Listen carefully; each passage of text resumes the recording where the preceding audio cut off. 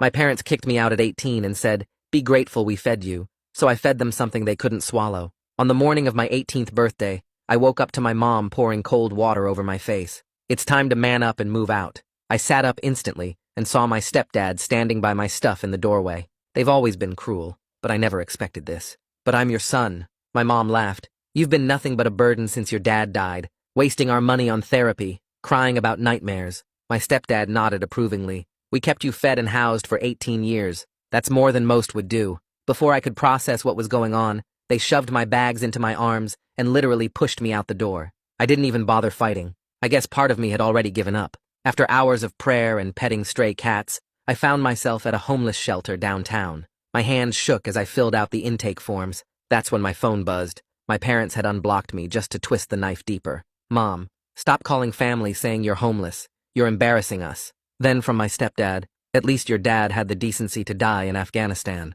Facepalm emoji. I lost it. Right there in that plastic chair, I just broke down sobbing. The counselor, this tired-looking woman, touched my shoulder. "Honey, what's wrong?" I showed her the texts. She was reading them when her eyes drifted down to my intake form. Her whole body went rigid. "Wait," her voice came out strange. "Michael Krzyzewski? Your father died in Afghanistan?" "Yeah," I managed. "When I was 6. She gripped the edge of her desk. "Did you ever see the body? Attend a burial?" I stared at her in disbelief. "Excuse me, James, did anyone from the military ever visit after? Check on you?" Not really. No, I don't know. Wait, why are you asking me this?" Her hands click-clacked on her Chromebook. After 30 seconds, her face went white. "James, your father didn't die in Afghanistan." My chest tightened. "What?" "He's at Palmer V, a psychiatric ward. He's been there for 12 years. The fluorescent lights suddenly felt too bright. That's impossible. We had a funeral. I went to grief therapy for years." She looked me straight in the eyes. "You need to see your father.